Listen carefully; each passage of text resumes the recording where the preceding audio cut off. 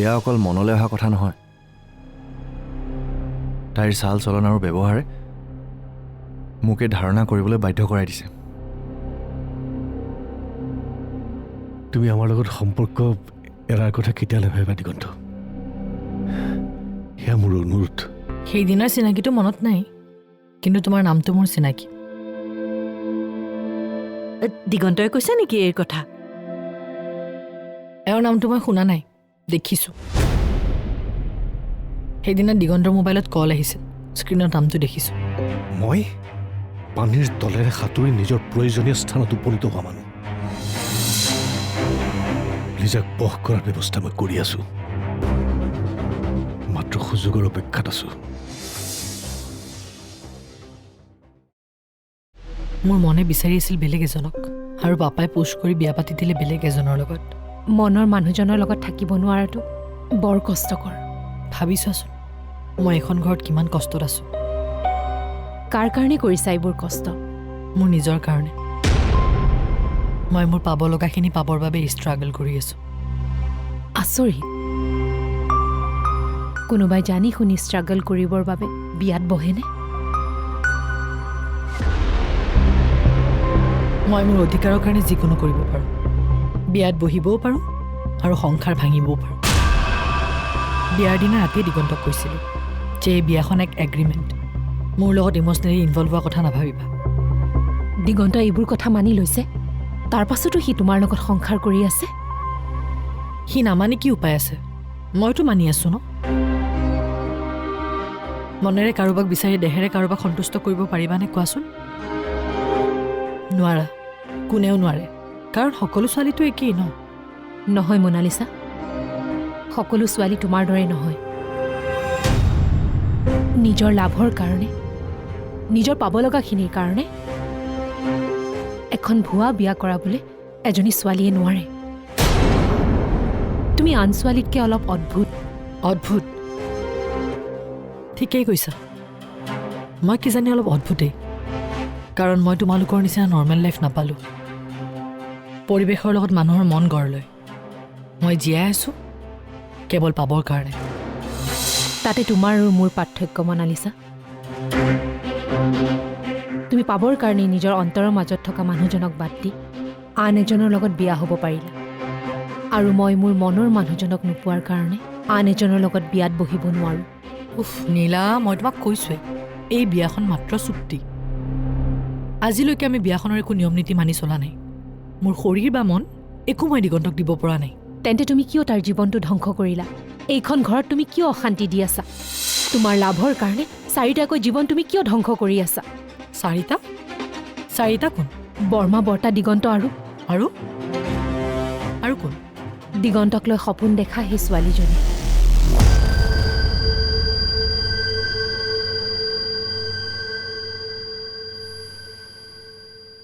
মোৰ কামটো কৰিলে নে আহমেদ? আগৰ কথা পাহৰি যাওক। আগতে মই যি কৈছিলোঁ সেইবিলাক কথা পাহৰি যাওক। এতিয়া মই যেনেকৈ কৈছোঁ আপুনি এগ্ৰিমেণ্টখন তেনেকৈ কৰক। য়েছ য়েছ, আপুনি ঠিকেই কৈছে, কিন্তু মোৰ প্ৰপাৰ্টি, মোৰ কথা। মই যেনেকৈ কৈছোঁ আপুনি এগ্ৰিমেণ্টখন তেনেকৈ নতুনকৈ কৰক। ঠিক আছে, আপুনি সোনকালে ৰেডি কৰক। কাৰ লগত কথা পাতি আছিলে? মোৰ লিগেল এডভাইজাৰ এডভকেট আহমেদৰ লগত। কিবা এগ্ৰিমেণ্টৰ কথা শুনিলোঁ। এগ্ৰিমেণ্ট। লিজাক জানো মই কথা দিয়া নাছিলোঁ যে মোৰ সম্পত্তিবিলাক তাক লিখি দিম বুলি? দি দিলে? নাই দিয়া, এগ্ৰিমেণ্টখন কৰিবলৈ দিছোঁ। তাতে কিছুমান চেঞ্জ কৰিবলৈ দিছোঁ। কি চেঞ্জ কৰিব? বিশেষ একো সলনি কৰা নাই, মাত্ৰ এটা নাম চেঞ্জ কৰিবলৈ দিছোঁ। যিটো নাম থাকিলে লিজা গোটেই জীৱনটো দিগন্তৰ পত্নী হৈ থাকিবলৈ বাধ্য হ'ব।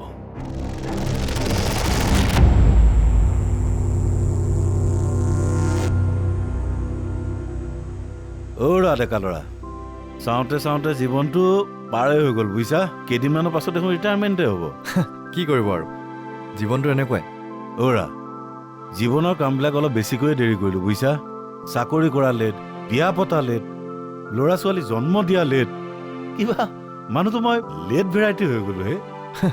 কি কৰিব দাদা, যাৰ যেতিয়া যিটো হ'ব লগা থাকে সময়ৰ আগততো একো নহয়। অ'ৰা, তুমি কিন্তু দেৰি কৰি নাথাকিবা। একে একে 2 হোৱাটো বাৰু টাইম মতে কৰিছা, মোৰ নিচিনা লেট মৰা নাই।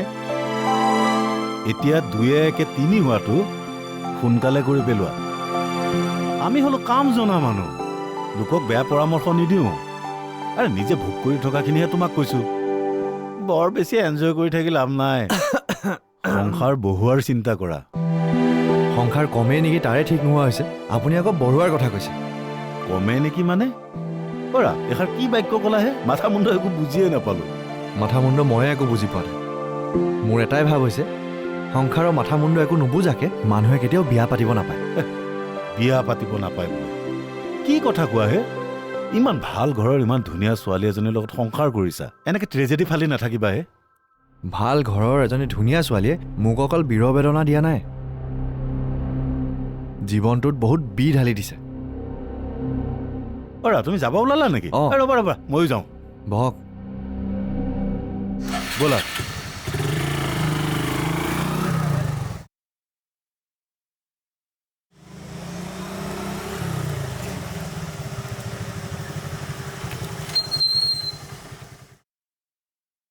থেংক ইউ দেই, বহুত ধন্যবাদ। হে দাদা, আপুনি আৰু এইটো কথাত থেংক ইউ দিব নালাগে। অ'ৰা, আজি কিন্তু তোমালোকৰ কথাখিনিয়ে মোক বেছ ঝাটকা দিলে। তোমালোক দুটাক দেখিলেচোন ইমান প্ৰব্লেম চলি আছে যেন নালাগেই। মোৰ সংসাৰৰ কথাটো আপোনাক নিজৰ বুলিয়ে ক'লোঁ, আপুনি আৰু মই বেলেগৰ আগত কৈ ফুৰিম বুলি ভাবিছা? অ'ৰা, মোক তুমি চিনিয়ে নাপালাহে। আমাৰ অফিচত কোনে কিমান ফাঁকি দি থাকে চব জানো। আচ্ছা, মই কেতিয়াবা কাৰোবাক কিবা ক'বলৈ গৈছোঁ? কৈছোঁ। কেতিয়াবা কাৰোবাক কথাবোৰ ক'ব মন যায় যে। এটা কথা কিন্তু, কথাবোৰ ক'বৰ কাৰণে কিন্তু মোক তুমি বঢ়িয়া চিলেকশ্যন কৰিছা। কাকো গাই নুফুৰো আৰু সহায়ো পাবা। হৈ যাব, চব প্ৰব্লেম ছল্ভ হৈ যাব। মোৰ মানুহ আছেতো, চব চিজিল হৈ যাব। কোন মানুহ? কি চিজিল কৰি দিব? অ'ৰা, আছে নহয় মানুহ। কিমানৰ মনোমালিন্য ঠিক কৰাই দিলোঁ। অ'ৰা, এডাল ৰঙা সূতা আৰু আধা বটল পানী জাৰি আনি দিম। তুমি ঘৈণীক খুৱাই দিবা, এসপ্তাহৰ ভিতৰত তোমাৰ ঘৈণী আহি তোমাৰ তলত, ভৰিৰ তলত। ওলাবা, বেছি দূৰ নহয়তো, টকা 3000 খৰচ হ'ব। নালাগে দাদা, মোৰ এইবিলাকত একেবাৰে বিশ্বাস নাই। এডাল ৰঙা সূতাৰে কোনো কাৰো ভাগ্য সলনি কৰিব নোৱাৰে। আহোঁ দিয়ক।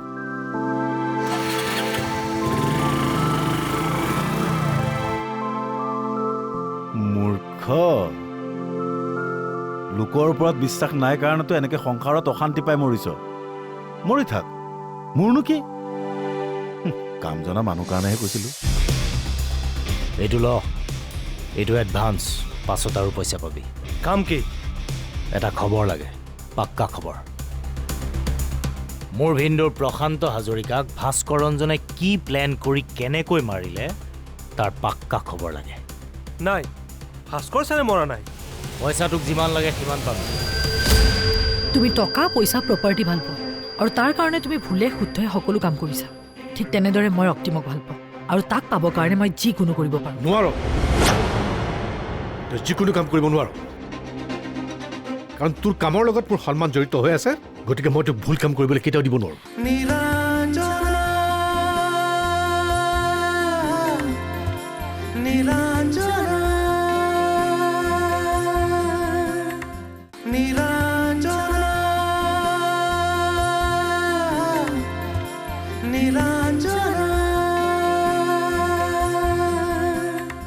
আহক।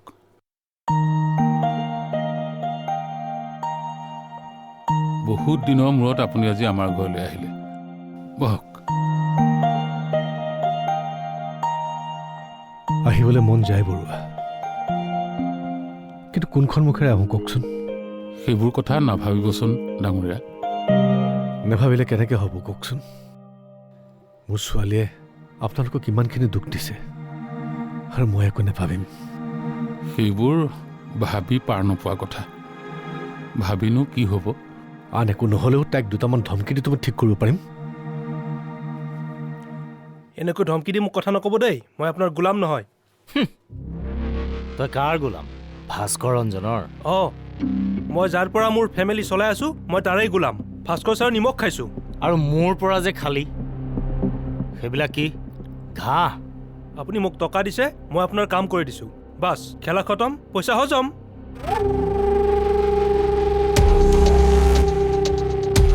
মই ইমান সোনকালে খেলা খতম হ'বলৈ নিদিওঁ হামিদ।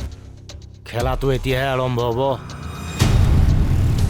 পইচা হজম কৰিবলৈ আমুকাই কাকো নিদিয়ে। এক এক পইচাৰ হিচাপ দিব লাগিব মোক। কাৰ লগত কি খেলা কৰে কৰি থাকক, কিন্তু মোৰ লোকচান হোৱা কাম কৰিবতো ময়ো আপোনাৰ খেলা খতম কৰি দিম। মোক টকা দিছে, মই খবৰ দিছোঁ। বাছ চাফা। শুন হামিদ,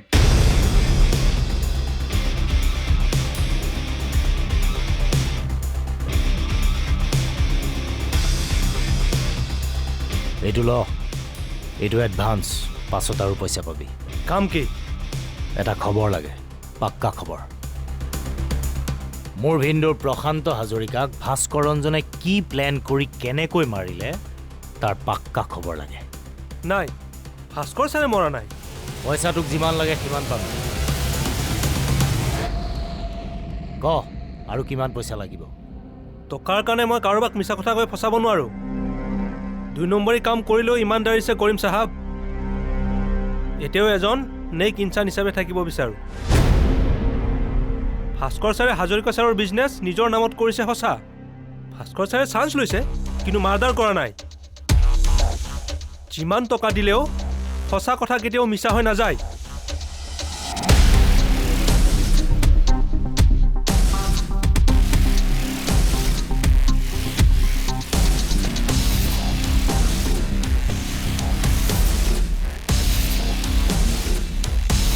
তুমি জোৰ দি সঁচা কথাবোৰ মিছা বুলি ক'লে মিছা হৈ নাযায়। মই ৰক্তিমক ভাল পাওঁ, সেইটো সঁচা, আৰু সদায় সঁচা হৈয়ে থাকিব। তুমি জোৰ কৰি কাৰোবালৈ বিয়া দিছা বুলিয়েই ৰক্তিমক ভাল পোৱাটোতো মিছা হৈ নাযায়। দুনিয়াত যিটো দস্তুৰ, যিটো নিয়ম, তো সেইটো মানি চলিবই লাগিব। আমাৰ সমাজত এজনৰ লগত বিয়া হোৱাৰ পাছত আন এজনৰ লগত সম্পৰ্ক ৰখাটো পাপ। তুমি জানো পাপলৈ ভয় কৰা পাপা? তুমি নিজৰ শপত খাই ক'ব পাৰিবানে যে তুমি আজিলৈকে একো পাপ নকৰাকৈ ইমানখিনি সম্পত্তিৰ মালিক হ'ব পাৰিছা বুলি? তুমি ক'ব পাৰিবা যে তুমি কেতিয়াও একো পাপেই কৰা নাই?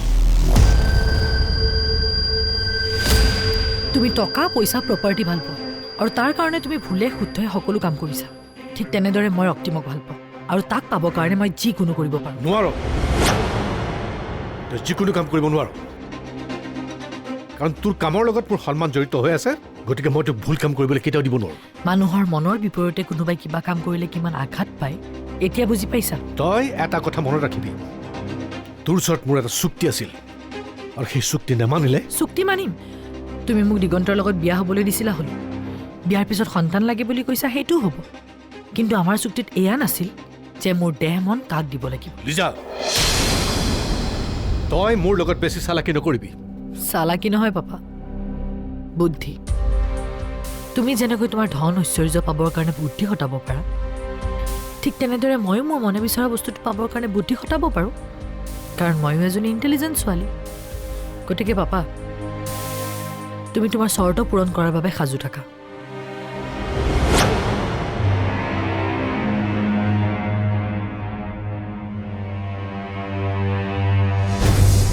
আমাৰ দেউতাই আহি ঘৰতে যদি এনেকৈ ক'বলগীয়া হোৱা হ'লে লাজতে ভয়তে মৰি থাকিলোহেঁতেন। তাই বাৰু মৰিব নালাগে, কিন্তু নিজকে শুধৰাইতো ল'ব পাৰে তাই।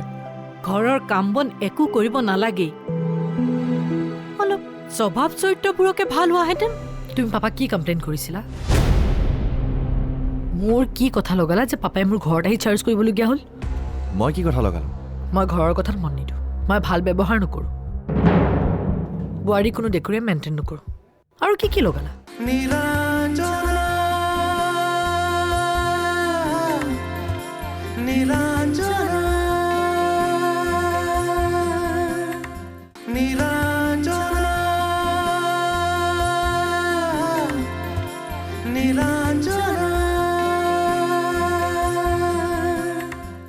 বাপেকে বা আজি কি কৈ গ'ল? কিবা গালি চালি দিলে হ'বলা?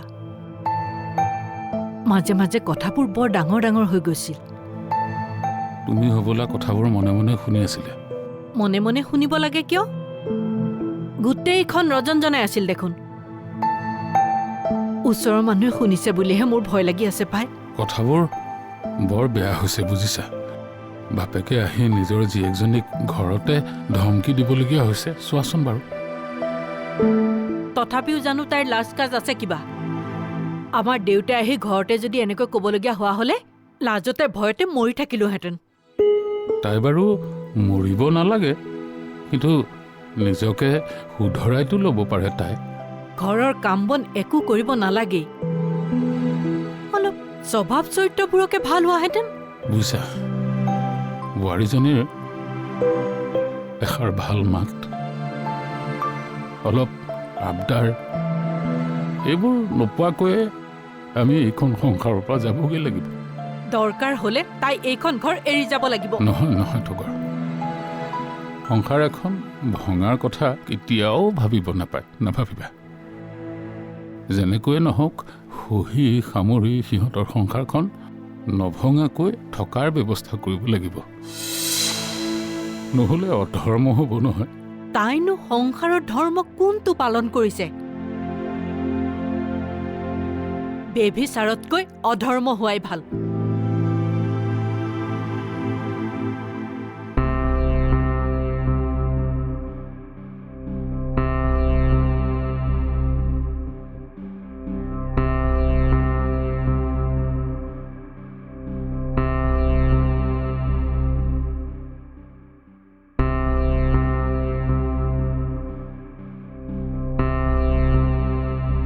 শুনা,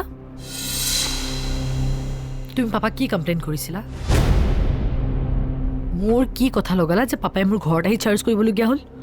মই কি কথা লগালোঁ? মই ঘৰৰ কথাত মন নিদিওঁ, মই ভাল ব্যৱহাৰ নকৰোঁ, বোৱাৰী কোনো ডেকোৰেম মেইনটেইন নকৰোঁ। আৰু কি কি লগালা? তোমাৰ কিবা কমপ্লেইন কৰিব লগা আছে জানো? Don't be over smart. আৰু কি কি কৈছা মোৰ বিৰুদ্ধে? তুমি কি ভাবা এই কথাবোৰ সঁচা নে মিছা?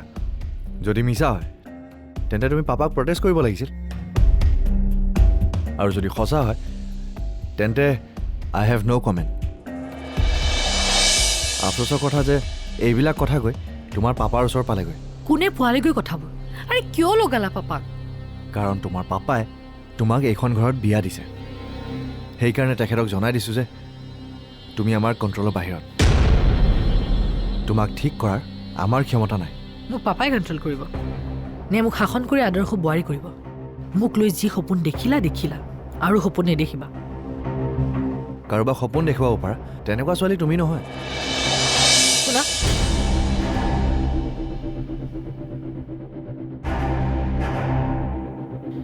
মোৰ আচল ৰূপ তোমালোকে গমেই পোৱা নাই। ইয়াতকৈ আৰু কি বেলেগ ৰূপ দেখুৱাবা তুমি? কেইদিনমান অপেক্ষা কৰা, দুদিনমানতে গম পাই যাবা যে মই বিচৰাখিনি পাবৰ কাৰণে মই কি কৰিব পাৰোঁ। কিন্তু এটা কথা মনত ৰাখিবা, তোমালোক কাৰোবাৰ কাৰণে যদি মোৰ পাপাৰ লগত কৰা চুক্তি বাতিল হ'বলগীয়া হয় তেন্তে এই ঘৰখন কিন্তু ঘৰ হৈ নাথাকিব। তোমাৰ পাপাৰ লগত তোমাৰ কি কণ্ডিশ্যনছ আছে তুমি জানা। এইবিলাকৰ মাজত যেন আমাৰ ঘৰৰ মানুহ এটাও নোসোমায়, বুজিলা? মনা মনা যতনে বান্ধি ৰাখি মন বুকুতে বাকী আছে পন কিমান সপোনে বলোৱা লিখি যাম এটি পন শুনি তন চিয়াহিৰে ধন মনে বিচৰা